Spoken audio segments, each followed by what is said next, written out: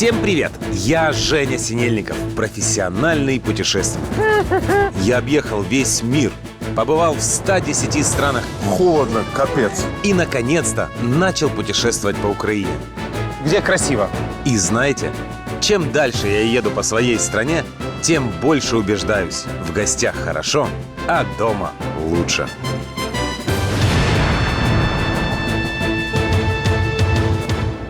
И именно поэтому мы с Глебом приехали в Краматорск.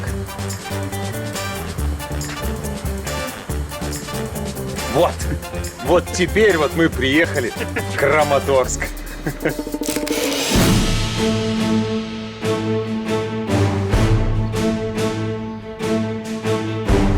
Краматорск – индустриальный город на севере Донецкой области. С 2014 года ее областной центр.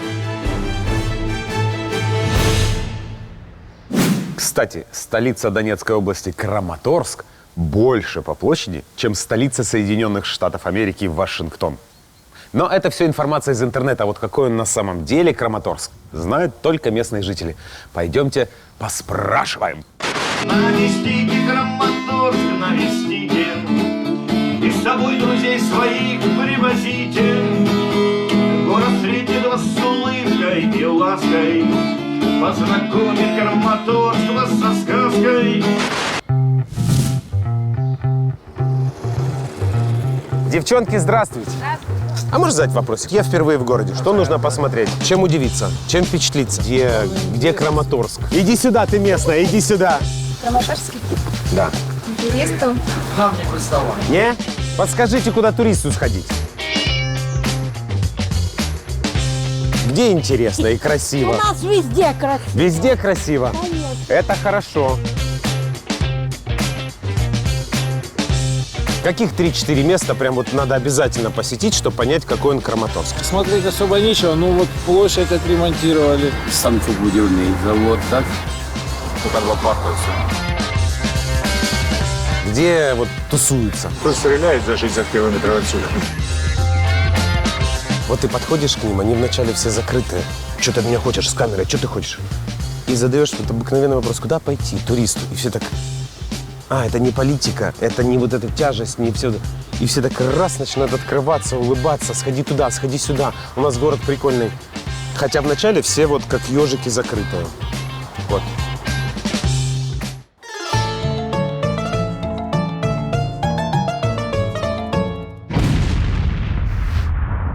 НКМЗ, Новокраматорский машиностроитель. НКМЗ? Да. Надо сходить на завод, чтобы понять Краматорск. Пойдем на завод? Я бы сходил, это интересно. Самый большой машиностроительный завод. НКМЗ – это, по сути, градообразующее предприятие. Конечно, интересно. Нас встречают с распростертыми объятиями. А какая у вас территория? Вот мы только что... 326 гектар. 106 километров железнодорожных путей по предприятию. Сколько? 106 километров 106 железнодорожных километров? путей. 32 цеха на предприятии. Город в городе. Завод может делать все, что связано с металлом. Без проблем. Я готов смотреть. Показывайте. Да, О. Сразу поражают масштабы производства. Хотя это же и понятно. Механизмы-то делают громадные. Мы делаем кузнечно-прессовое оборудование, мы делаем пресса, молота, то есть под заказ. Покажу. Ой, простите, это работает? Да. Я такого не видел очень давно. У нас своя вода артезианская, так что... Это правда. Да. Хорошая вода. Люблю экскурсии на завод. Все большое, все двигается. Ты слышал или не слышал? 79 стран? Да, поставляли оборудование в 79 стран. Их всего, если я не ошибаюсь, 186 или что Да, такое. да, То есть, грубо да. говоря, на полмира работаете. Да. Уникальное предприятие. Круто. Что уникальное, это правда. Круто. Это не то, Все, не отвлекаюсь, снимай дальше.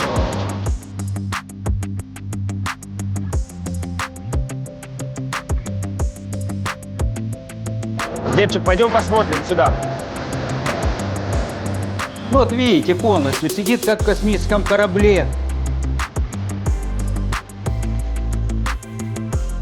Вот он полностью управляет. Так со стороны выглядит все легко. Знание программирования в какой-то мере, знание английского языка, знание производства, умение читать чертежи. Ого, а сколько там, какая температура? 1200. 1200? Офигеть.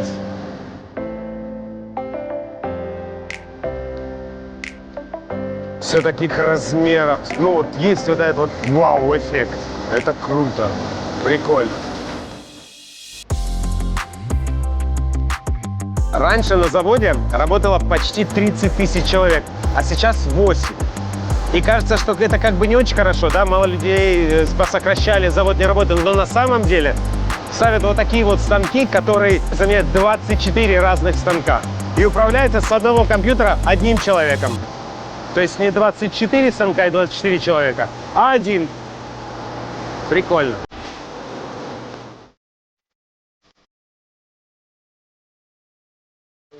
Правду говорят, что сюда берут именно на конкурсной основе, что ты можешь быть прям вот высокообразованным, культурным, знать свое дело, и все равно будет конкурс, потому что желающих очень много. Конечно, это высокоточные станки. Я 24 года работал.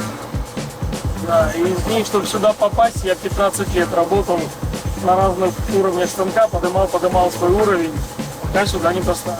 То есть, грубо говоря, это топчик. Да, круто.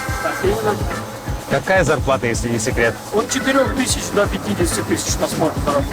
Ну, нормальный разбег от 4 до 50. Именно, когда много работы, когда много заказов, и мы работаем в 3 смены, то есть, и если это мы будем работать целый месяц, то есть вполне реальная сумма. Вот того сейчас у нас политика до того дошла, что если здесь по какой-то причине там нет работы, то есть я могу перейти на любой другой станок и продолжить свою профессиональную деятельность. Круто. Ну, блин, это круто. Хорошего дня. Приятно, что вы к нам доскочили.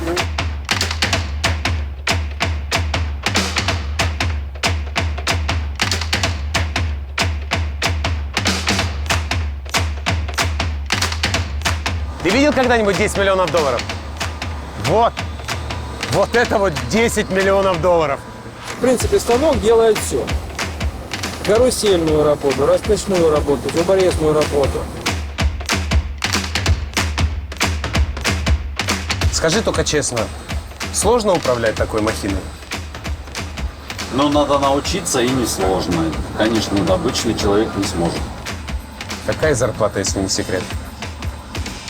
Зачем мы будем это? Ну, просто интересно. Хорошая, ну, хватает, хорошая зарплата? Или хочется больше? Да, всегда хочется больше. Ну, в общем, хорошая, да? Ну, одна из лучших на заводе, да. Но всегда хочется больше. Ну, это правда. Хочется всегда больше.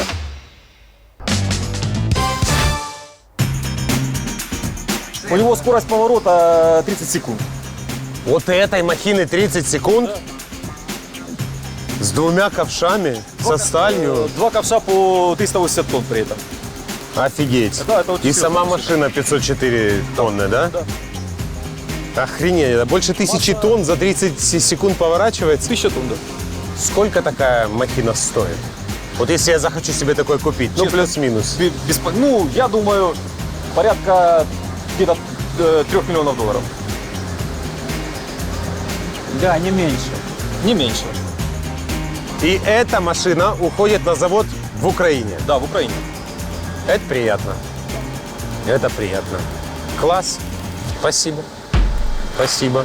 Знаете, что приятно? Что у одного украинского завода есть 3 миллиона долларов, чтобы заказать у другого украинского завода вот такую вот штуку. Круто. А еще на заводе делают такие машины, которые меня заинтересовали больше всего. Что такое шагающий эскалатор? Ну вот экскаватор шагающий. ИША 1170. Что такое 70? 70 метров стрела, Ага. 11 кубов ковш. Это может въехать туда обыкновенная, ну, маленькая малолитражка в этот ковш может въехать. Сам эскаватор я не нашел, но в музее НКМЗ есть модель. Одно зачерпывание ковша – это как раз вот полный загруженный БелАЗ. Вы представляете, вот так ехал. Круто. И он уехал, да. И это еще не самый большой. Вот ездишь вот такая вот И это еще махина. не самый большой, совершенно верно. Почему он ходит? Почему он не ездит? Отличие этих экскаваторов для того, чтобы увеличить мобильность, проходимость этих экскаваторов. Удивительные машины, которые ходят назад. Он проводит экскавацию, он копает на себя. Он стоит на обрыве, на секунду, и он оборвется. Нет, не тут-то было. Он на своих ножках аккуратненько отступает назад, тем самым освобождая себе площадку для дальнейшего продолжения своей работы. Прикольно. Да не то слово. Реально Не прикольно. то слово. А вот эти экскаваторы, они ходят на гусеничном ходу. Вот эта вот махина, это 15-этажное здание. Ходячее. И первую А махину... сколько нужно людей, чтобы оно работало? Здесь такое количество окон. Да, там Ну, то есть работает целый бригада. дом. Целая бригада, сменно, там человек 10-15, потому что обслуживают там разные механизмы. Есть специальная смотровая площадка, чтобы можно было туристов загнать сюда, поставить, сказать: ой, смотри, как он роет. Я бы, кстати, поднялся. Это было бы реально вот прикольно. Или вот сюда, вот прикинь, вот здесь вот встать и наблюдать отсюда, как вот эта махина тоннами выгребает, вот просто тоннами. Правда, что это айтишники отремонтировали? Да. Ребята, которые сделали вот это просто идеальная, я считаю, работа, подарок, просто суперский. Да. Потому что к нам ходит очень большое количество школьников, и, конечно же, это подарок и для них тоже. Посмотреть действующую модель, это очень-очень замечательно.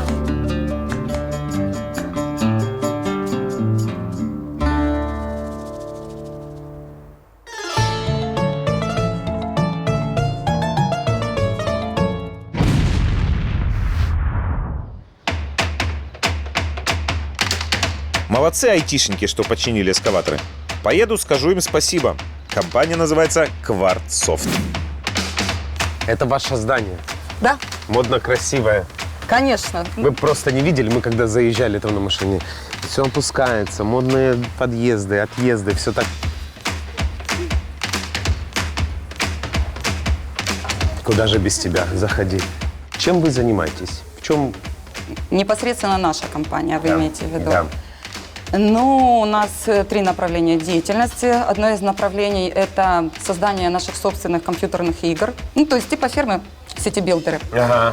Другой вид деятельности нашей компании – это веб-разработка, интернет-магазины и так далее, и так далее. И третий вид деятельности – это тоже наш собственный IT-продукт. Это учетная система для агрокомпаний, то есть работа с украинскими аграриями, фермерами, аграрными компаниями. и так Недавно мы далее. снимали крутых таких аграриев, у них тоже все компьютерное, все на софте, дроны летают. Это, наверное, вот они с вами там сотрудничают. Вполне возможно.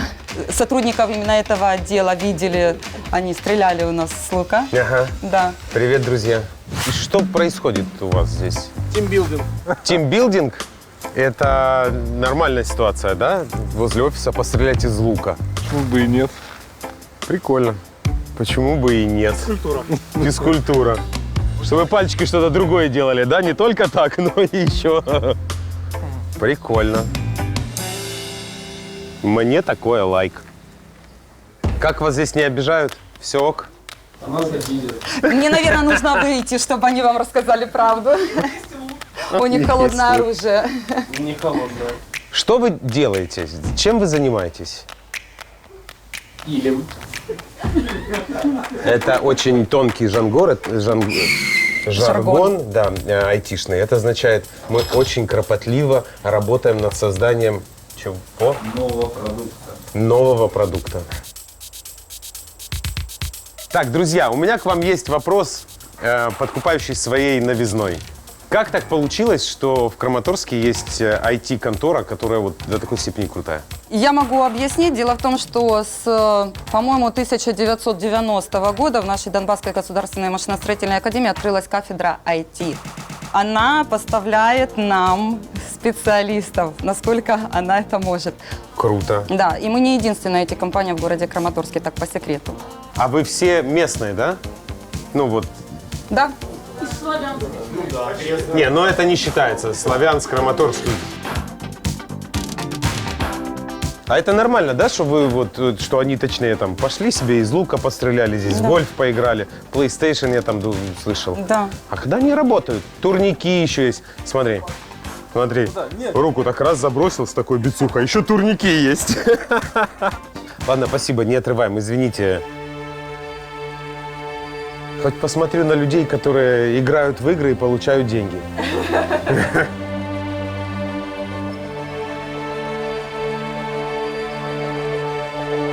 Это вот так вот, прям настоящее дерево, да?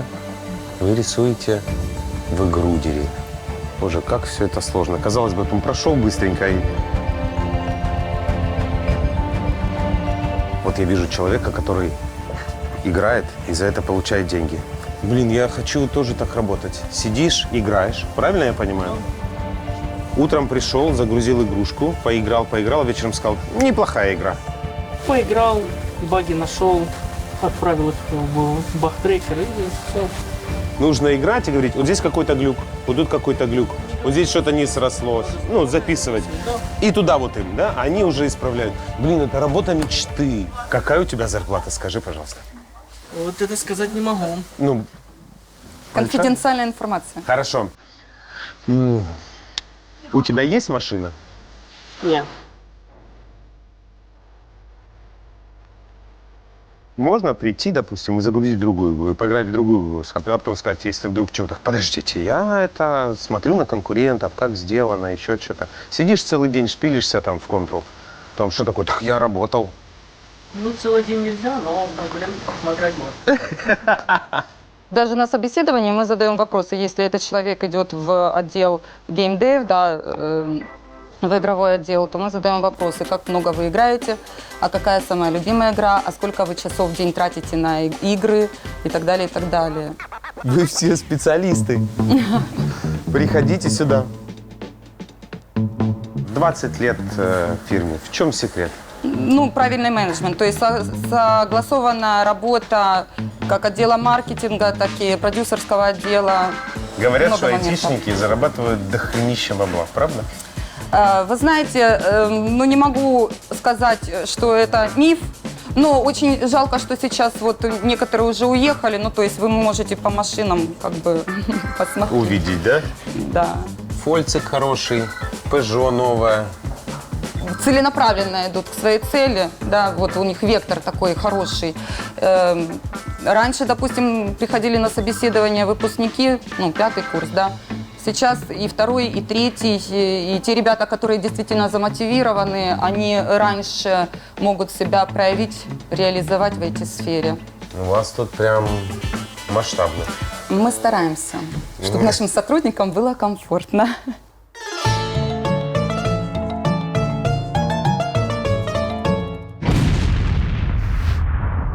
Парк сходите. Парк имени Ленина, который называется Бернацкого сейчас. Парк. Ну, парк.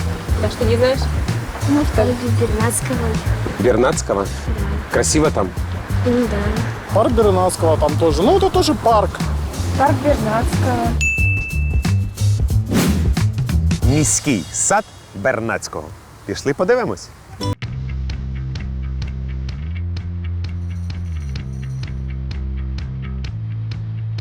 Здесь веревочный парк. Там аттракционы, музыка играет.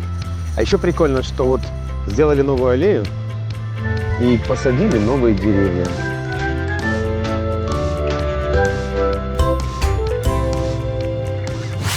А вы снимаете, да, зонтики? А, смена декораций, будет что-то другое? Вы снимаете зонтики. Класс. А что будет? Будет, ну, уже предновогодняя иллюминация. Классная инстаплейс. Прийти, пофоткаться. Да. Да, Прикольно. Ну, так и было даже в челлендж, типа, а ты уже сфоткался с зонтиками.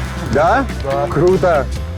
Вот молодые свадьба пришла. Лестница. Подставить так молодая и молодые залезли, Да? а под самый зон.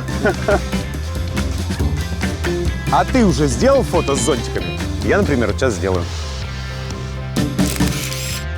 Государство, да, выделяет зонтики, сделать, да, то есть это городской бюджет делает красоту. Ну, насколько я знаю, да. Прикольно. парк атмосферный, спокойно. Не знаю, поэтому здесь много только именно днем, когда там порядок. Класс. Да. Спасибо.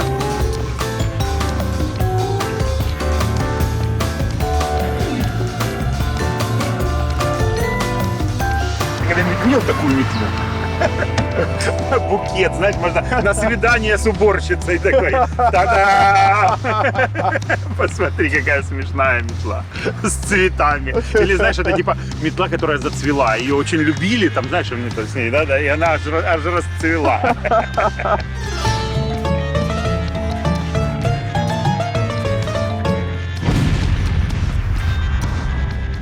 Выстрижено, выстрижено, выстрижено, выстрижено, выстрижено.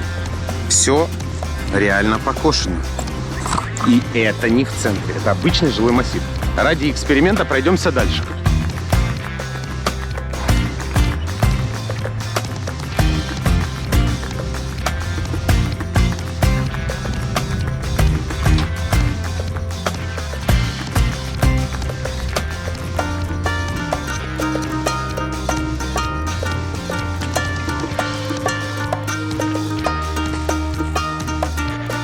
Но даже вот обычный пустырь между домами подстрижен, ухожен.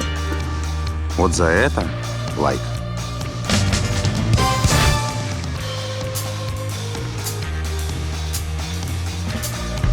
Конечно же, в Краматорске я познакомился с активными местными жителями. Знакомьтесь, Коля. А что это за машина? Это наша легендарная машина, Вильхамобиль мы ее называем. Была в нескольких ДТП, она перевозила 40 стульев за один раз. Да, кучу аппаратуры перевозили волонтеров. Она и волонтерский лагерь пережила, «Будуем Украину разом», и «Жизнь вильной хаты», и «Добрый сосед». Это тоже такой волонтерский проект у нас. Ну вот мы и подошли к главному вопросу. Что такое вильна хата? Не обращай внимания на шорты, это мы тут. Да, то я уже заценил. Эти узоры классные. Подожди. Вот так.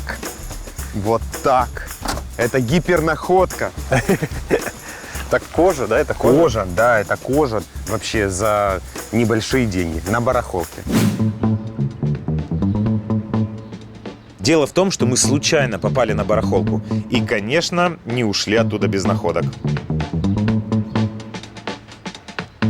Блин, прикольные штаны. Так будет холодно. Да не будет. Да, ну давай. Как его тут... Пойди он на фоне буса стань, или он хотя бы на этот самый. Леопардовые трусишки. Нормальный ход. 150 рублей. А сколько стоят такие штаны? Они новые, 1100, говорю. 1100. Они трушно вот старые или... Нет. Это более или менее современный. Ага. Не, это не старый. Смотри, вот по этой коже. Новые. Просто они так выглядят, как будто они... Ну, они такие и есть. За 1000 отдадите. Мусик, дашь 1000? Ну ты ходишь в них до конца дня. Табак его за ногу, я бы походил за ним. Это самое до конца дня. Я тоже думаю, что пока тепло, надо пользоваться. В шортах буду ходить. Договорились. Вернемся, извини, это я радостно. Что такое вильна хата? Вильна хата – это такая молодежная платформа, которая появилась в 2014 году после волонтерского лагеря «Будуем Украину разом». Это волонтеры с разных концов Украины и местные волонтеры собрались вместе, и мы восстанавливали дома, которые пострадали в результате войны. Сформировалось такое общество молодежи, место, которое хотели дальше отстраивать не только дома, но и общество, и чтобы было место, где можно дальше что-то творить в городе, и разбудовывать спільноту. Да. Пойдем, покажи, расскажи. Пойдемте. Да. В двух словах. Это местные зминомуты. Зминомуты. Зминоделы. Это мы снимали ребят, они себя называют зминоробы. Зминотворцы, я вечно забываю, боже. Зминотворцы. И это вот очень показательно. Люди, которые роблять змин. Змины, да. Так, ну, добро пожаловать, да.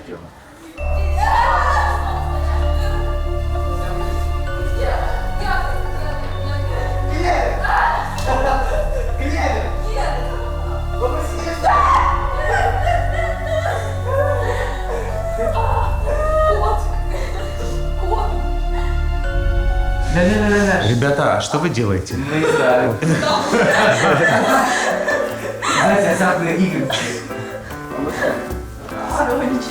Мы попали в подпольное казино.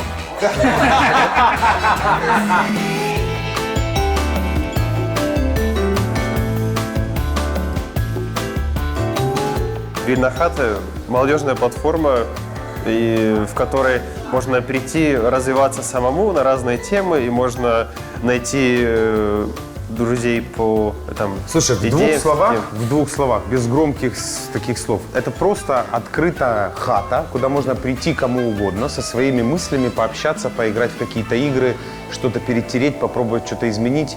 Да. Правильно понимаю? Да, вкратце так, да. Мы хотим сделать здесь дизайн-лабораторию с помощью наших доноров. Вот, я хотел спросить, за что мы существуем, за что вы существуете, потому что я так понимаю, это все не ради прибыли и денег, это ради прибыли вот внутренней своей. Это во всей этой деятельности всегда есть чуть-чуть эгоизма, потому что мне хочется жить в хорошем городе, из которого не хочется уезжать. Ну, это здоровый эгоизм. И нам это помогает все делать как и международные организации, там и USAID, Фонд Восточная Европа, да, там разные организации. Также и местный бизнес и администрация немного тоже помогает. Ну, тоже ремонт, да, администрация сделала с областной. А помещение это вам просто... Это помещение коммунальное, да, но мы еще платим аренду, да, здесь. Как бы мы вроде бы делаем хорошее дело для города, да, развиваем его, сотрудничаем с городом, но мы все равно платим аренду, так немножко странно. Это да. Да. Мне не безразлична жизнь в городе. Я вот, допустим, обратил внимание, что в городе везде подстрижен газон, везде вот ухоженная трава. И я говорю, а я хочу еще вот посадить у себя, еще буду за ней ухаживать, помогите мне проложить, чтобы был полив, допустим. Могу я к вам приходить с этим, да, с этой мы можем мыслью? рассказать про такую штуку, как есть общественный бюджет. Это часть городского бюджета, который распределяют жители города. Ты подаешь проекты свои, они проходят отбор, и потом люди за них голосуют. Если твой проект... брал какой-то проект, да, победил, то... Да, это самое главное, чтобы это было доступно для всех жителей города, то, что ты делаешь. Да, вот, допустим, полив цветов в какой-то определенной части, да, города, все ж люди могут любоваться цветами. Да. Я, например, такого даже и не слышал. Это зависит от городов, в которых ты находишься. Это как раз прикольно. Еще одна фишка децентрализации, да, то, что громады сами решают, куда идут тени. Да.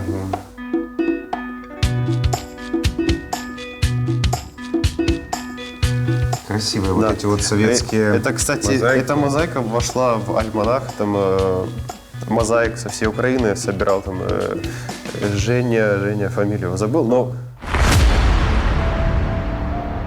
Реально прикольная мозаика. Яркие цвета, так она прям вот не выцвела. Красивая. И реальные следы от пуль.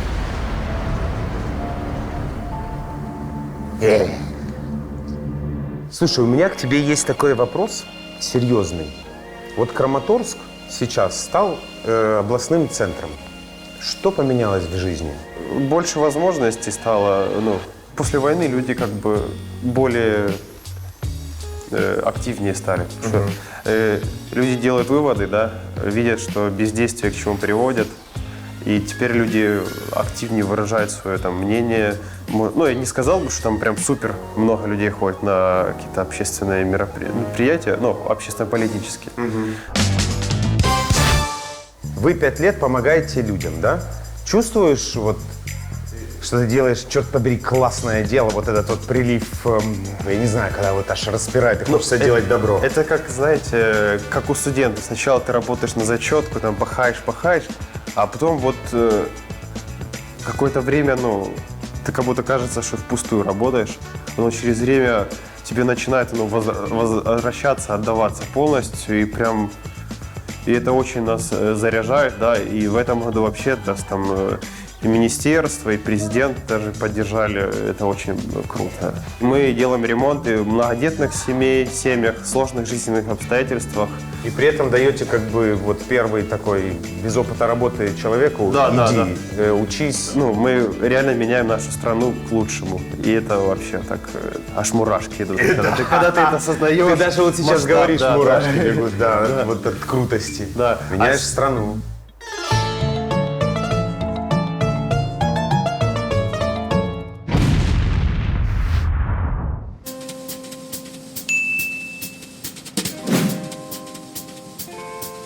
Как же много еще в Украине красивых и еще неизведанных мест, таких как это. Блин, так эффектно должен был сейчас взлететь. Секунду. Ну, дублик. А в Украине еще так много красивых и неизведанных мест, таких как это. Ну что такое? Ну что такое? Поймал?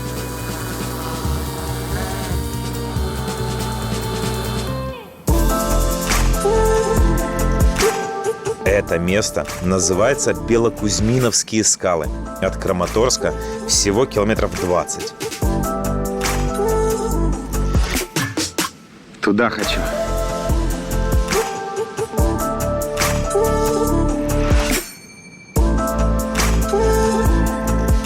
Я же путешественник. Надо залазить. Там будет прикольно. Не зря же я купил селфи-палку.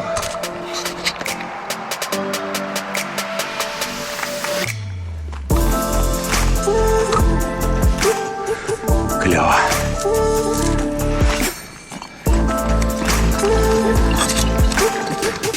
Ой, добрался.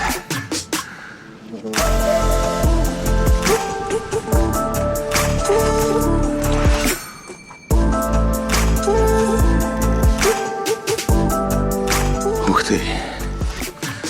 Ух ты, какая она внутри. Прикольно.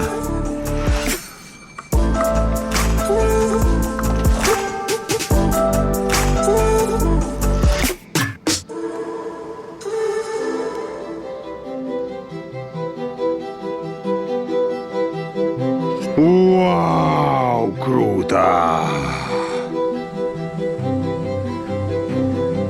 Ёшки-матрёшки, очень прикольно.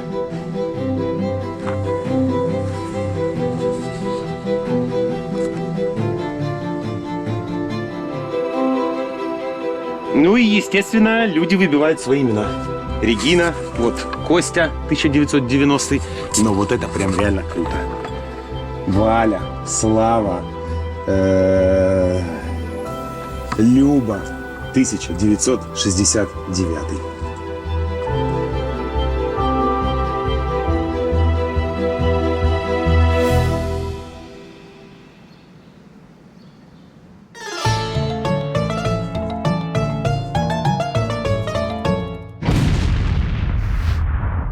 Внимание, внимание! Рубрика «Выбор таксиста». Пойдемте спрашивать. В каждом городе я буду просить таксиста отвезти меня в лучший ресторан города. Посмотрим, что из этого получится. Здравствуйте. А вы свободны? Хотим вас попросить отвезти нас в лучший ресторан города. Класс! Глеб, садись, поехали. Кушать будем. Можно нескромный вопрос? Попробуйте. Скажите, это у вас всегда были такие хорошие дороги? Нет, конечно. Ну, по украинским меркам у вас прям вот реально хорошие дороги в городе. Куда мы едем? Полет. Полет. Самый последний ресторанчик, который открылся. Именно который позиционирует себя как ресторан. Сколько денег должен вам? 50 гривен. Дякую. Да, спасибо. Полет! Спасибо! Полетели! Он сказал, это новый ресторан, а написано 1967 год.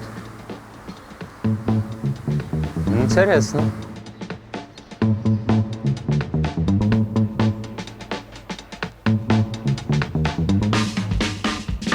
Дайте нам какое-то фирменное блюдо.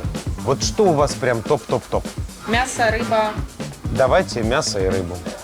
Хорошо, Ну и один мы салат еще- на двоих, мясо и рыбу, правильно? Да. Хлебушек. Хлебушек. Проверь карманы, кошелек не терял? Кошелек терял. Терял? Да. Коричневый. Да, вот люди нашли на входе твой кошелек. Ой, спасибо. Вон, спасибо большое. Спасибо. Да, да. Ребята, не подстава. Вернули кошелек.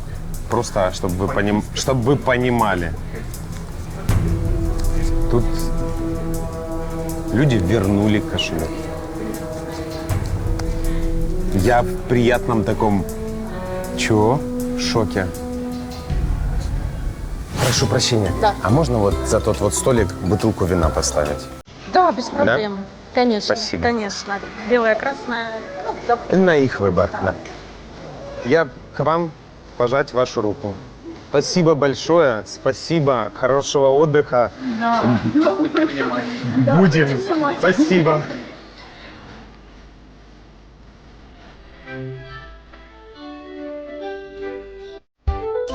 Ну что, пробежимся по ценам. 48 самое дорогое блюдо. 283 гривны. Стейк из тунца. Реально недорого.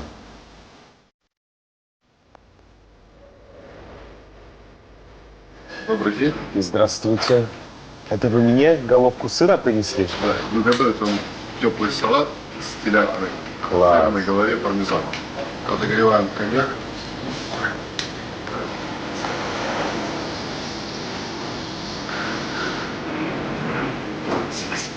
Вау. То есть для того, чтобы расплавить сыр, вы вылили туда коньяк и спалили его? Приходится идти на жертву.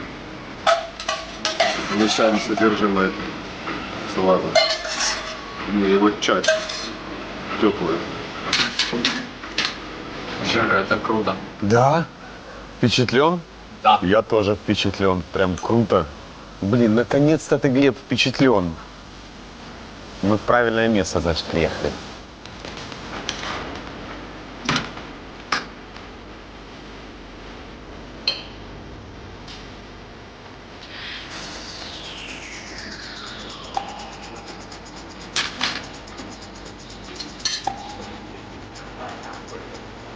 У меня прям слюни потекли внутри. Ой, запашок пошел. Спасибо большое.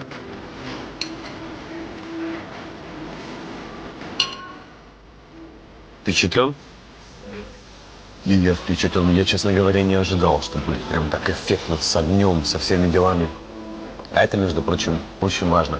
И я уверен, что даже если салат будет не очень вкусный, вот это вот шоу, которое перед подачей, оно с лихвой заменит недостатки вкусовых нюансиков. Но, подождите еще, пробуем.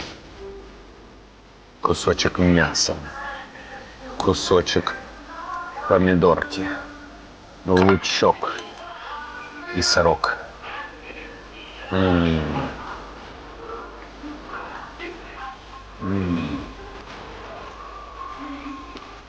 Очень вкусный салат. Очень мягкое мясо, нежное. Вот оно прям вроде пожаренное, но очень нежное. Овощи хрустящие с такой заправочкой, типа «Тысячи островов». Я не знаю, небольшой специалист, но вот с такой легкой кислинкой. И все это обильно вот припорошено пармезаном. Очень вкусно. Очень вкусно. Ой. У вас будет общее блюдо на двоих? Или... Нет, мясо давайте мне, а рыбу вот зожнику этому. Можно? Отлично. Ух ты! Спасибо большое. Это к этому блюду? Да, к любому. Ага, к любому. Нет, давайте это к моему блюду, а ты кушай рыбу.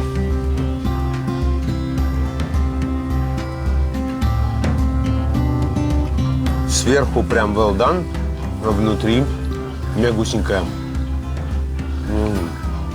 Каре. Каре чего это?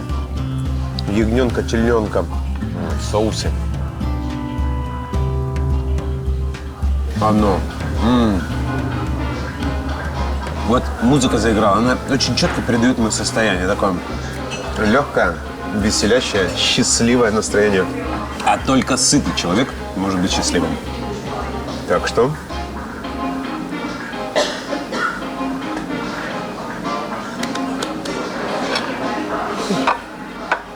Глеб, покушай, не надо смотреть на меня такими глазами. Покушай. Ты несчастливый еще.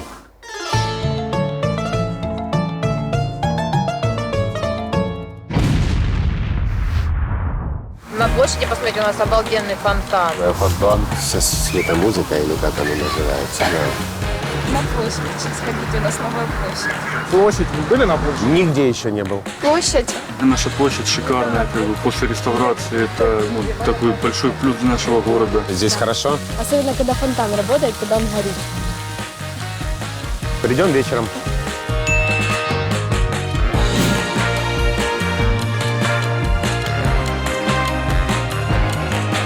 Площадь мира. Скажу вам честно, я был очень приятно удивлен. Большая, свежая, современная, такая вот вкусная площадь с красивыми фонарями. Но когда включился фонтан, блин, ну он классный. В общем, смотрите, не буду портить кадр.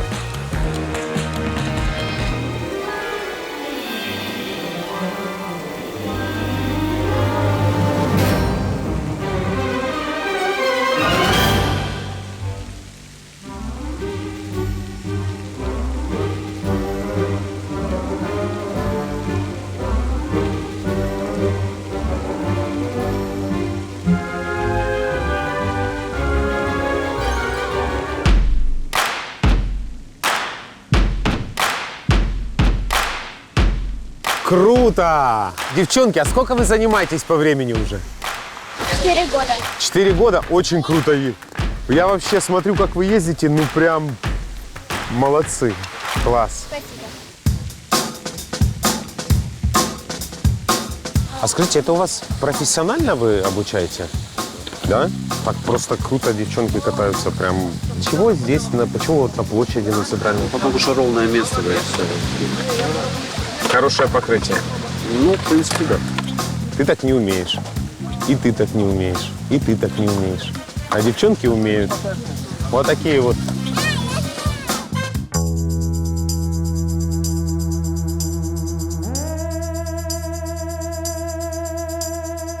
Почему вы катаетесь вот здесь, на главной площади? Потому что здесь покрытие позволяет. Больше негде, да? Покрытие позволяет. У нас плохие тротуары в городе.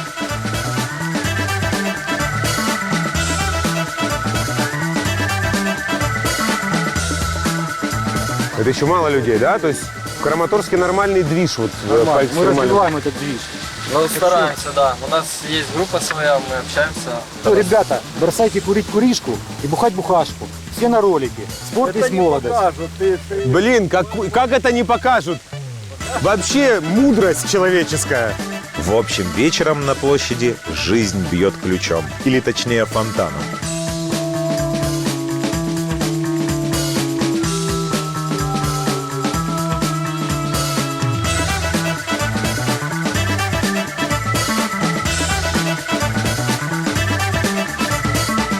Друзья, лично меня Краматорск удивил. Здесь есть что делать, здесь есть чему удивиться, здесь есть вообще интересные люди. И кто из вас был в Краматорске? Не во Львове и Одессе, а здесь, в Краматорске. А ведь именно этот регион, как никто другой, нуждается вот в нашей поддержке, в нашей гривне.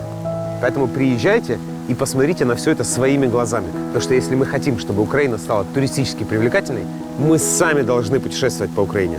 Так что понеслась? Не прощаемся. Друзья, традиционно в этом месте у нас стоит конкурс. Но сегодня необычный выпуск. Надо признать, что Краматорск на большой полноценный выпуск сам по себе еще не тянет. Но и не снять про Донбасс мы тоже не могли. И именно поэтому мы приехали в Северодонецк. Красота! Северодонецк не потому, что на севере от Донецка, а потому, что на реке Северский Донец. Это молодой, но очень перспективный город. Ему всего 85 лет, а уже областной центр. Глебчик, что там? 14 лет, 239 дней. До чего? Ну, наверное, до конца. До столетия города до конца. Я возвращаюсь в город Северодонецк, вагон покинув с Лисичанского вокзала. Как бы удивительно это ни звучало, Северодонецк – единственный областной центр Украины, у которого нет прямого железнодорожного сообщения. Но это все информация из интернета. А вот какой он на самом деле Северодонецк, знают только местные жители. Пойдемте же поспрашиваем. Можно вам один вопросик задать? Впервые приехал в Северодонецк. Северодонецк. Куда сходить турист? Что посмотреть? 3 места знаковые для города, скажем так вот. Это не тот город, где можно посходить. Молодежные места. Куда в туристу в городе сходить? Что посмотреть? Без понятия. Чисто выйдем прогуляться. На рыбалку, на грибы. Честно не подскажу. Собор, пожалуйста. Торговый центр «Джаз». Сходите в лес. Посоветуйте еще пару мест. Да город же молодой, я тут нету.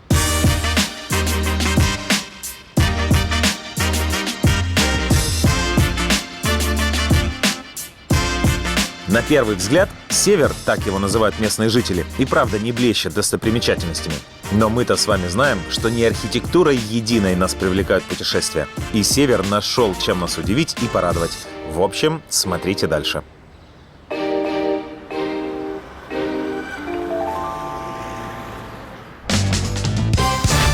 В смысле, веревочный парк? Да.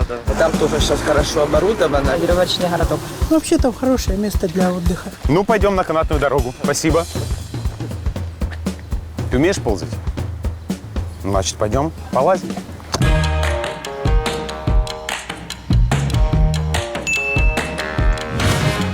Веревочный парк на окраине Северодонецка удивил уже со входа. Ну никак я не ожидал увидеть тут мужиков в рыцарских доспехах. Я прошу прощения, а мы совершенно случайно попали. А что тут происходит? Рыцарский турнир «Восточный бастион» называется. Мочилово. Турнир. Турнир. То есть со всех городов съехались и будет... Уже второй день сегодня. Да? Ого-го.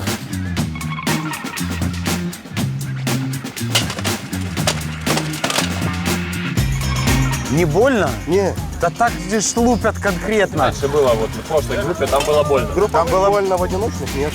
Ну, выглядит это очень жестко. Сколько лет занимаешься уже этим Ой, делом? я периодично занимаюсь. Ну, серьезно, года 3. А откуда приехал? С Харькова. С Харькова.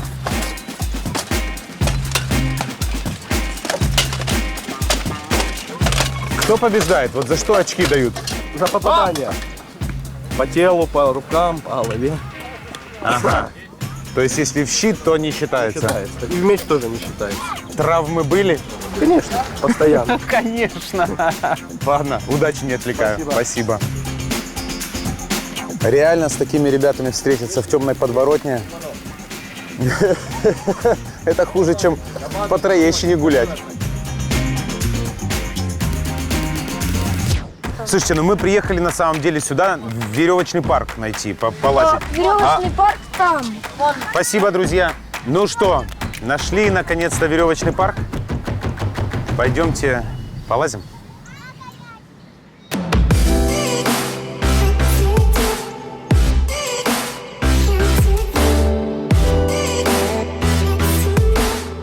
Очень неожиданно мы вообще попали в центр движа. Большой веревочный парк.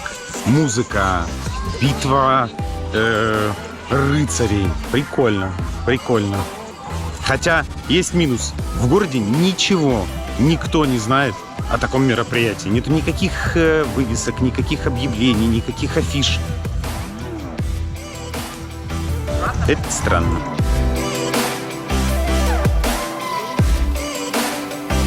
Не переживайте, инструктора могут спустить людей, если они сильно забоятся либо устанут. Вы первый раз, да? Да. Так, хорошо. Убиться можно или... Если соблюдать правила, тогда не убьете. Ага. У вас с собой будет идти 2 карабина. Да. Один зеленого цвета, Да. второй красного цвета. Сверху над головой у вас будет идти зеленый трос. Да. За него руками держаться нельзя. Сразу 2 карабина снимать нельзя, но по очереди перестегивать можно. Если тогда все понятно, можете начинать. Понял.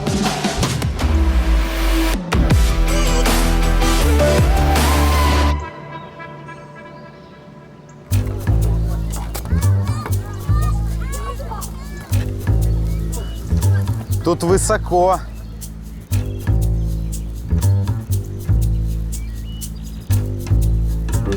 Стрёмно.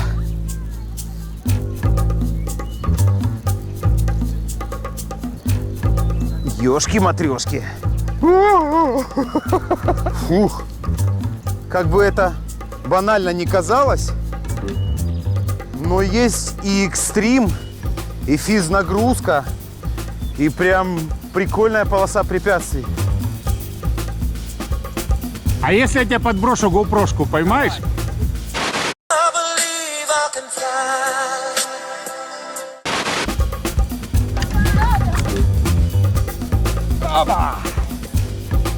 Здравствуйте. Согласитесь, отсюда высота побольше. Постремнее.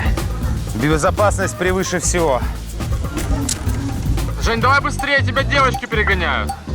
Глеб, умный такой. Иди поднимись и здесь быстрее сделаешь.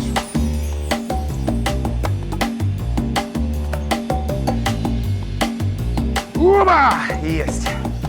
Ну, поехали!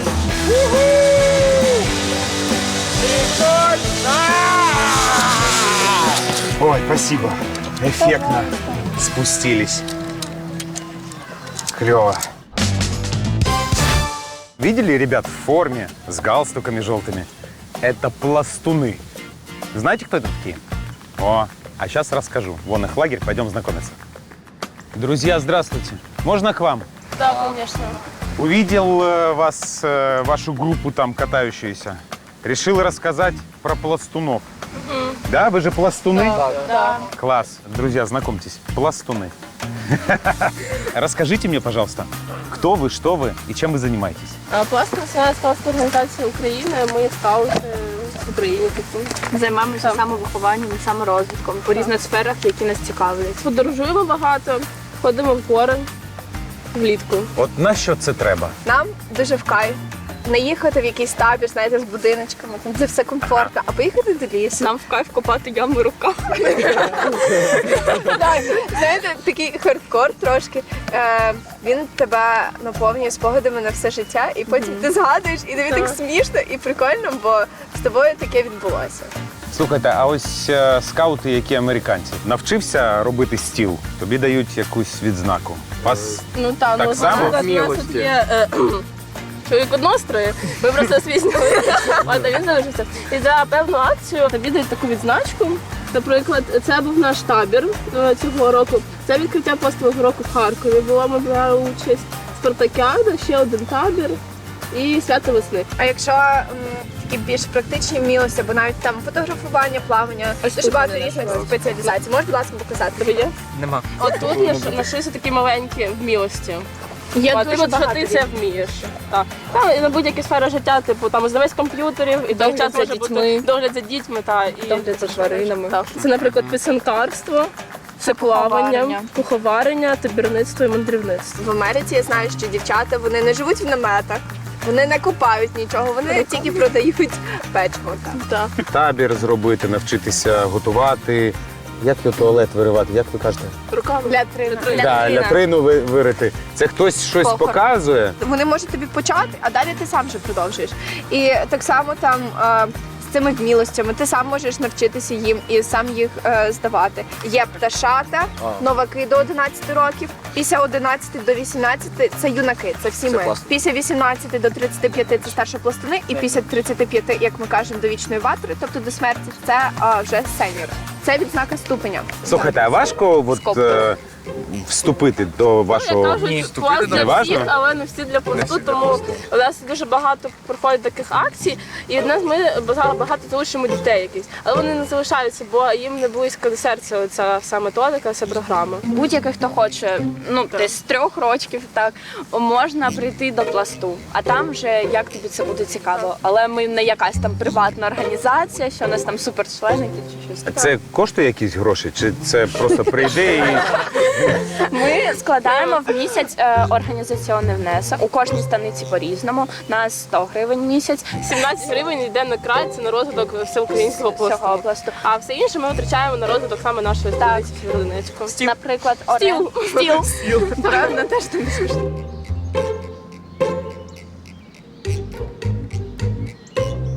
І ти знаходиш людей, які, можна сказати, ви маєте спільну думку, у вас багато чого спільного, і я не знаю, як просто можна піти з пласту. Це найкращі організації, в якій я коли-небудь була.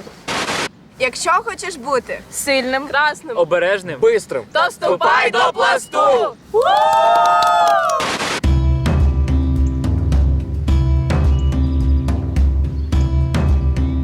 Я уже собирался уходить, но тут начинался обед.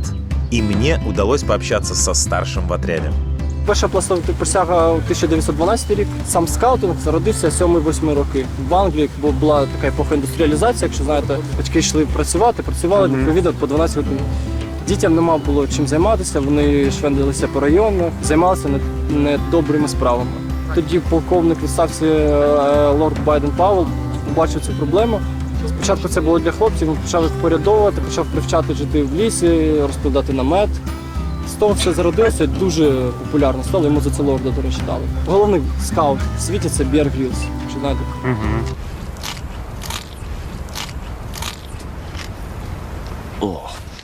А от тобі на що воно? Я хочу виховувати молодь, я хочу долучатися до фундаменту майбутньої нашої країни. Дома краще!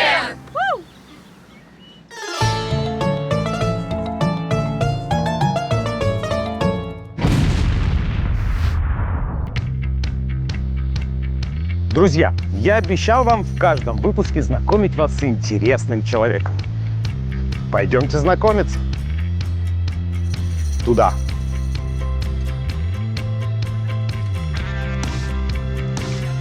Ух ты, какая у вас тут интересная мастерская. Сколько всего. Это Александр. Он дает вторую жизнь старым железякам. Я по утрам езжу, собираю разный мусор. Мне попросили сделать для железнодорожников несколько работ тематичных. И я хочу сделать стимпанковского такого. Голова — это фара с дымовой трубой. Совсем, вот видите, вы уже улыбаетесь. А в левой руке он будет держать маслётку. В качестве ребер я вот искал, не знаю, подойдет или нет, это вот эти вот рычажки вот с этой печатной машинки. Вот это вот легкие, вот эти вот будут.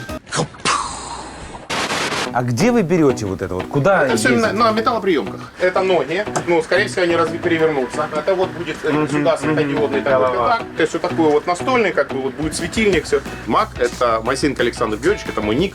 Вот. А я потому и говорю, магия сердачан. То есть мои идеи, воплощение совместное. А с человеком тоже на металлоломе, который работает, мы с ним собираем старинный автомобиль. То есть вот там я вам покажу карету на Дружбе народов. А мы хотим сделать на следующем перекрестке, он там живет. У меня эти все работы называются, и альбом у меня так называется, там «Магия сердачан».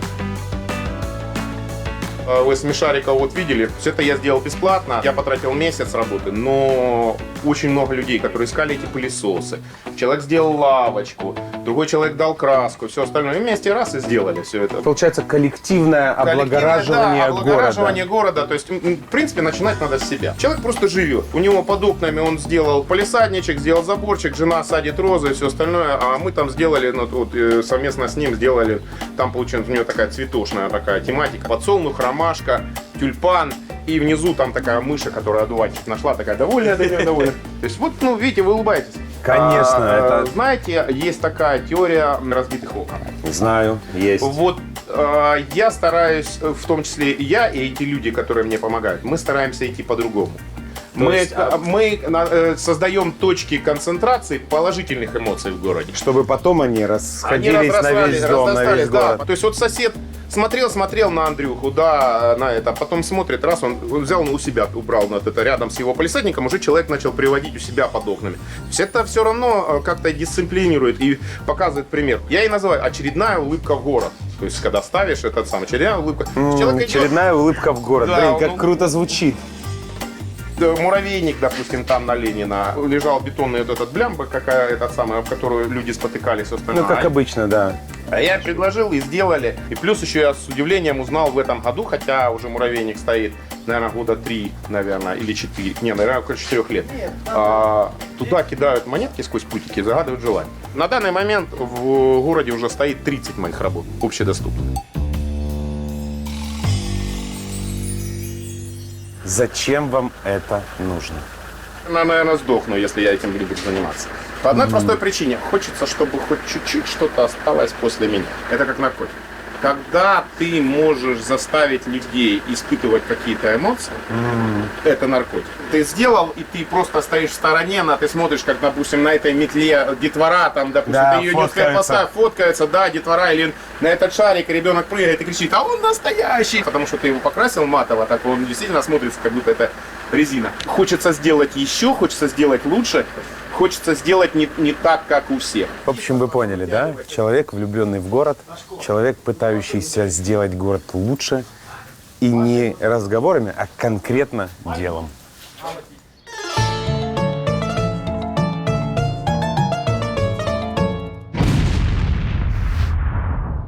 Есть в Северодонецке одно уникальное место. Это лучший двор города. Предлагаю заглянуть и посмотреть, почему же он лучше. Помчали. Двор и правда выглядит отлично. Ухоженный, чистый. Везде лавочки, скульптуры разные. Возможно, это лучший двор не только в Северодонецке. Мне стало интересно поболтать с человеком, который это все сделал. Знакомьтесь, Виталий. Здравствуйте, Женя. Пойдемте. Прикольная беседка, да? Да, классно. Очень классно. А как так вообще появилась мысль сделать лучший двор города? Я вам рассказываю. Это началось с 2000 года. Я сюда вернулся, и мне захотелось что-то такое сделать. Ну, полезности какой-то придать. Потому что ты видишь, ты вроде что-то делаешь, а полезности мало. Ну, как-то смысловые нагрузки слабо. Я понимал, что сейчас тянут где-то возле нас, не нужно никуда ломиться. Там пацаны тянут, пошли, поехали там в Москву, там это. Заработаем. Я говорю, да подожди, стоп, дай сориентироваться. И где-то во дворе здесь начали, как бы, деревья посадили, там качельку времени свободного вала. Опустились сюда в помещение, смотрим, ну так вот можно что-то лепить, там кладовки какие-то заброшенные. И в этом направлении я начал прорабатывать. И параллельно сразу двором начали заниматься. Такое хобби захлестнуло. Там юла такая стоит, маленькая такая. Решили приволокти, а она ж получается на бикрень уже. Глыба, короче, бетонная рядышком. Получается, на металлоломку ее никто не сдаст, потому что глыба. И нерабочая. И я ж хожу, думаю, блин, кто же без меня этот вопрос решит. Думаешь, как же сделать? И мы утро, 8 утра. Я достал 2 жилетки красные. Мы подходим, видно, уже служба, понял, уже не клепаться. Ну и глыбу эту торжественно отбиваем, люди проходят, никто не придела. Мы ее закидываем на газельку, отвезли, отрихтовали, она чуть была. И когда мы ее восстанавливаем, детвора закружилась, они не поняли, кто, как, просматривали, что они радовались, и их радость начала сопутствовать нашим делам. Меня подстегнуло, думаю, вот оно как. Я сам не из подарочного отдела, и пацанята, которые растут, они, если без внимания, они туркаются, и вообще управление их захлестывают, которое не совсем положительное, которое не совсем правильное. У меня такой, я не знаю откуда, переживательный такой момент возник. Я нашел общий язык, мне легко получается с ними вообще контактировать, я на них могу влиять, могу их направлять. Я знаю, например, всех трудных подростков на микрорайоне. Всех. Я знаю, например, такие дома, знаю каждого члена семьи и судьбу каждого члена семьи в этих домах. Не цель там сделать там лучший двор, там эти карусели поставить, эту всю хуйню, а это сделать комфортную среду и обитание для хотя бы одного из 10 спасти. Они как мотыльки на свет летят сюда, и легче над ними работать, их не нужно изыскивать. Ну ты нашел где-то, ну пообщался, где-то создал какую-то обстановку, организацию. И ты его теряешь. Все, и оно провалилось. Ты же посеял, да, оно куда-то ушло. А тут проработочка должна быть, какой-то период должен удерживать за себя. А удерживать чем? Актуальным.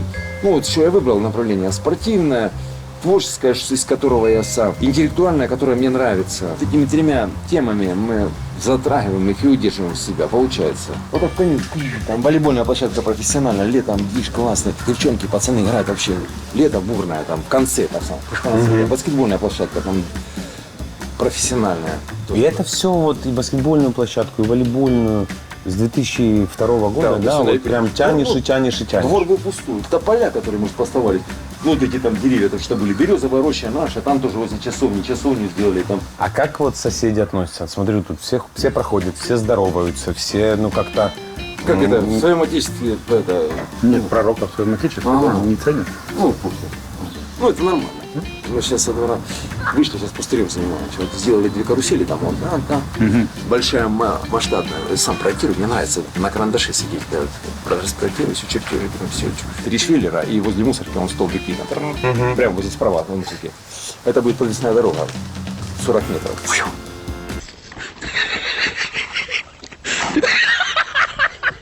Круто. Для подростка это вообще будет огонь, короче. Что вот эти карусельки там, даже повзрослятски, вот.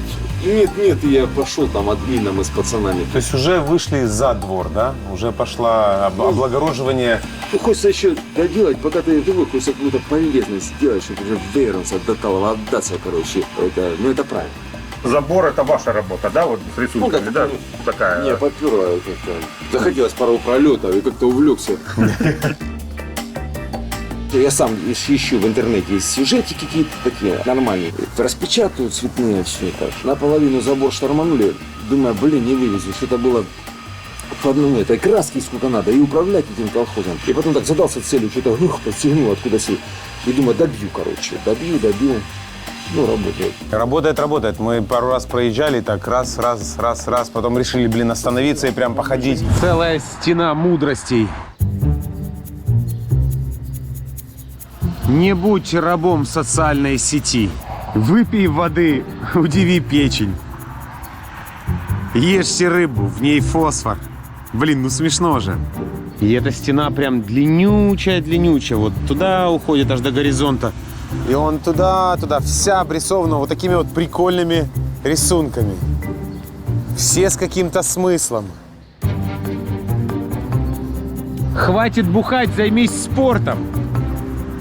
Черт побери, это в точку. А что, как городская власть вот к этому относится? Классная помощь. Не мешает. Да, понял. Самая классная помощь, когда не мешает. Многие, нам говорили, зайдите, там реально хороший, классный двор. Советовали. Гордость есть из-за того, что с 2002 года, это сколько получается? 17 лет уже. С 2000-го. 20 лет почти, да. 20 лет уже почти. Мы сделали классный двор. Мы идем дальше, делаем то, что у нас здесь по-другому молодежь не пиво пьет и матерится, и курит по углам, а реально как-то развивается. Я не знаю, не зазря, видишь, вроде бы не зазря, что-то ты преуспел в этой жизни, что-то вроде бы что-то делаешь. И второе, если, например, сказать, я что-то такое сделал, я себе гемор сделал. Вот. То хочется уже отдаться до Талова, уже прям как можно гемора обозвать гордостью или как? Как-то хоп, не сочетать. Понял? А тянуть надо, Тима-то классная. Одно только тебя радует, что не зазря надо тянуть, насколько тебе хватит. Конечно, это спустя время камень на камень не останется. Все закинется. Но какое-то время оно еще будет работать. И это живая молитва. Люди-то еще будут радоваться, этим пользоваться, пока оно еще до конца не закинется. Сначала это дерево начнет гнить какие-то хода, металл рушится. Это момент еще будет живая молитва работать, в которой ты будешь нуждаться, когда ты представишься. Вот в чем прикол, успокаивает. Сейчас Виталий открывает мастерскую декоративно-прикладного искусства и ищет резчика по дереву. Если вам интересно, детали в описании.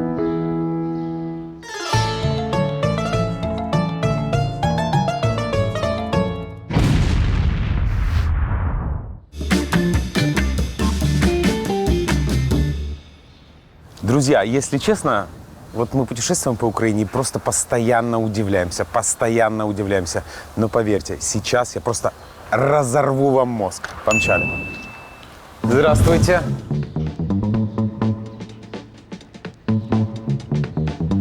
Вот она стоит.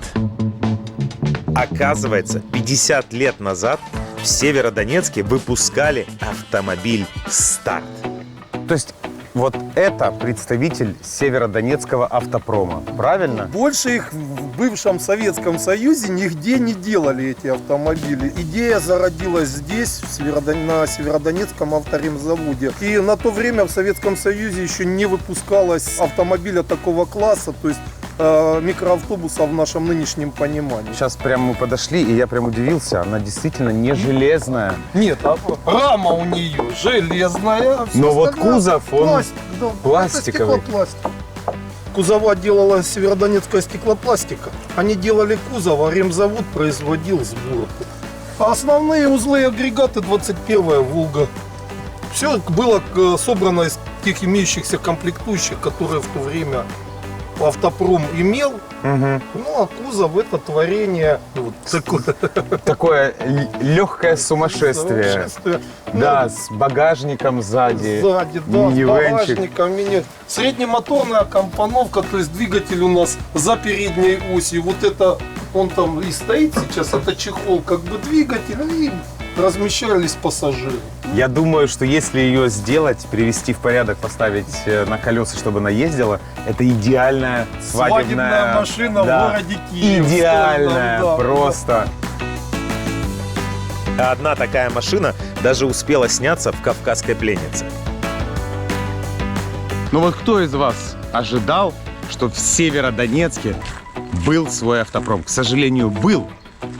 Но свой, уникальный, прикольный. Круто.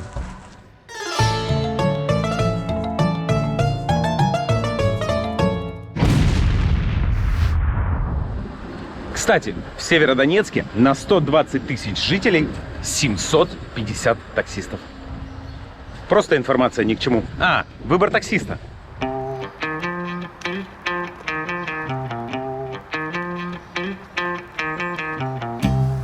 Здравствуйте. А вы свободны?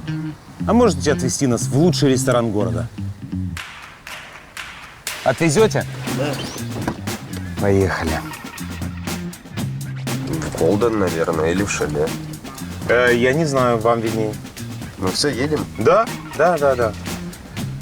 А что за Голден, что за Шале? Ресторан. Ну, это считается самый лучший. Ну, поехали в Голден. Как жизнь вообще? Нормально. Нормально? А по ресторанам есть вот выбор? Или только Голден и Шале?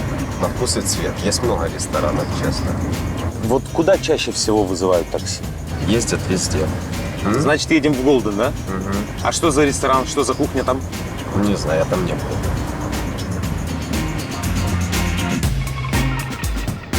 О, приехали. Будем кушать. Это здорово. Сколько денег с меня? 25. Глеб, у тебя есть меньше, если что? Только 200. О, смотри. Спасибо большое. Идем кушать.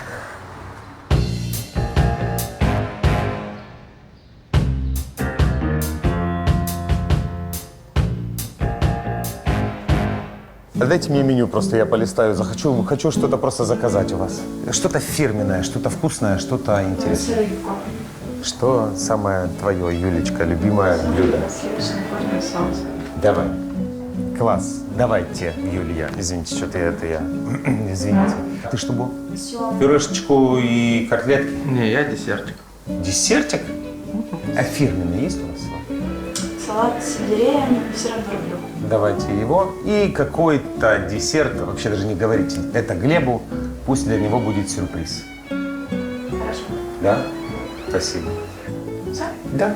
Спасибо. Хорошо. Ну что, классическая рубрика «Полистаем меню».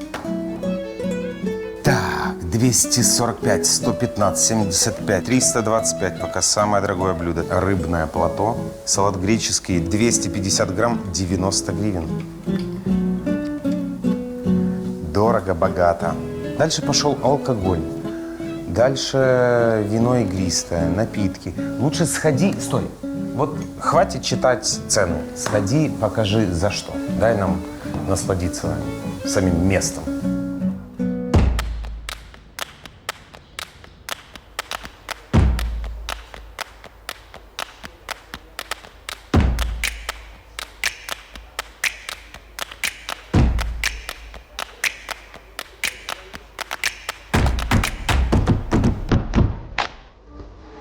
Пожалуйста. Спасибо большое. Кстати, насколько я помню по этикету, первое блюдо тебе приносят, и ты начинаешь вилки с этой стороны, ножи с этой стороны. Поэтому принесли салат, берем вот эту салатную вилку. Ладно, я знаю, как она выглядит. Маленькая салатная вилка – это маленькая вилка. Женя, а как же раскадровка? Очень вкусно. Ну иди раскадруй. Яблоки, огурцы, сельдерей. Извини, что так долго, я хочу наколоть все ингредиенты. Очень вкусный. Вот сейчас была груша, перед этим было яблоко, сельдерей, свежий салат, орешки и мягкий свежий сыр. Сыр и все время разные вкусы. Вкусно? Но кто придумал есть этот салат маленькой вилкой, я не понимаю. Спасибо большое. Пожалуйста. Красиво как выглядит. Иди раскадровывай. Вот такая вот рыбка к нам пришла. Выглядит потрясно. Вот прям сочная, прям видно, как она кричит тебе: съешь меня.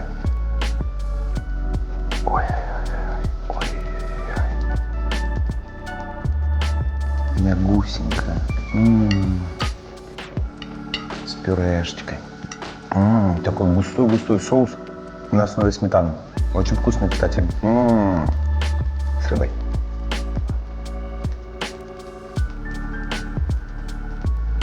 Я не знаю, что они с ней сделали. Ну, она божественная.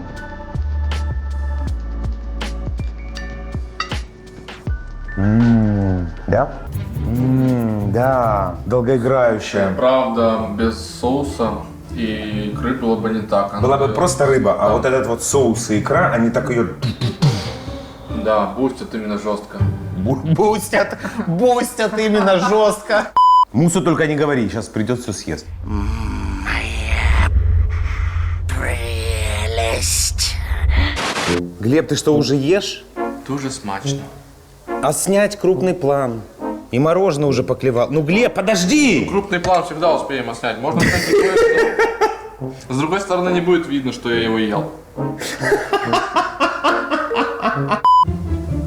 Тебя впечатлил десерт? Есть буду. В общем, ресторану зачет.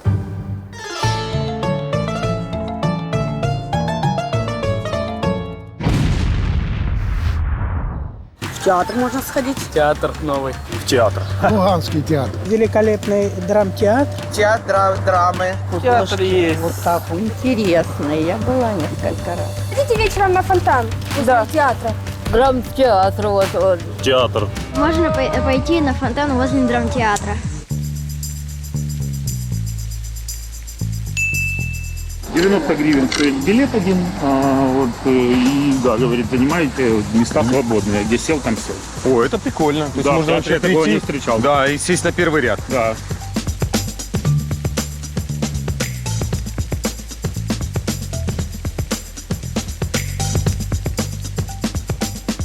Мы же в театр идем. Актеров слушать надо. Женя, у меня свои актеры. И вообще, я одет. Да я тоже в этом выпуске, посмотри, в спортивных штанах. Ну мы сейчас придем, если что, есть нету мест. Опа! И выхватим. Привет, театралы пришли. В этой ситуации мы просто мы уже здесь наши полномочия, все.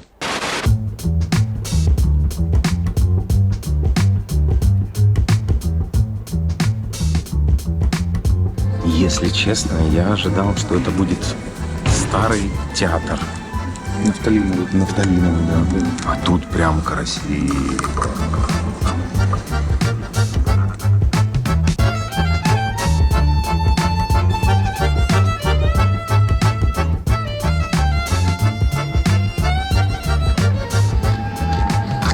Ну что? Нам разрешили сесть на диван. Ты договорился за диван? Круто. Вот за это я люблю Мусу. Он везде со всеми договорится.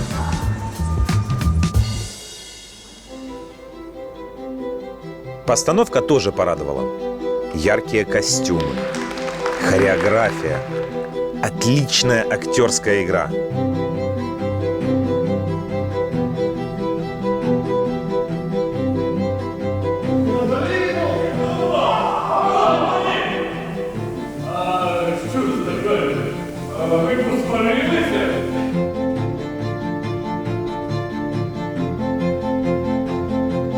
Бабы, до писарки тепло.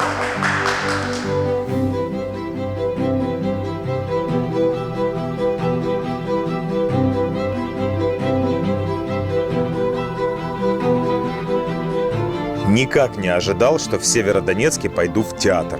А уж тем более, что в этом театре мне понравится. Очень прикольно наблюдать за детворой, которая пришла сюда и наблюдает, и которые попали вот в эту вот магию, в этот замок красивый, люди в костюмах, с золотыми волосами, танцуют, все так прям, и у них прям улыбки растекаются. Очень прикольно за этим наблюдать. Маленькие театралы.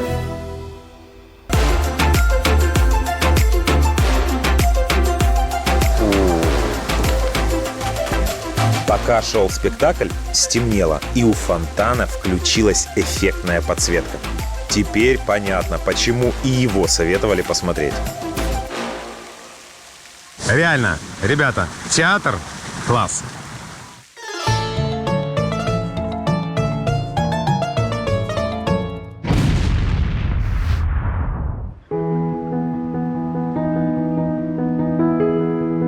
Друзья, в конце какую мысль хочу до вас донести? Конечно, Северодонецк – это не город для туристов. Это не город замков, музеев. Здесь кофе стоит 7 гривен, такси 25. И местные жители на вопрос, куда пойти туристу, спрашивают, кому. Но это город для путешественника. Это город с потрясающей атмосферой. Это город очень интересных, запутанных историй. Интересных людей. Вот таких вот прям клубок историй. И это прикольно. Мне было интересно сюда приехать. Будет ли вам интересно? Решать вам. Просто помните, если мы хотим, чтобы Украина стала туристически привлекательной, мы сами должны по ней путешествовать. Даже и в Северодонецк. Почему нет, в конце-то концов? Подписывайтесь, ставьте лайки, колокольчик. Вечно забываю об этом сказать. Все, пока. Но и конкурс. Друзья, во многих городах есть знаковые достопримечательности, которые притягивают миллионы туристов. Эйфелева башня, Великая Китайская стена, Колизей, в конце концов. Что должны построить в Краматорске и Северодонецке, чтобы к ним поехали туристы? А?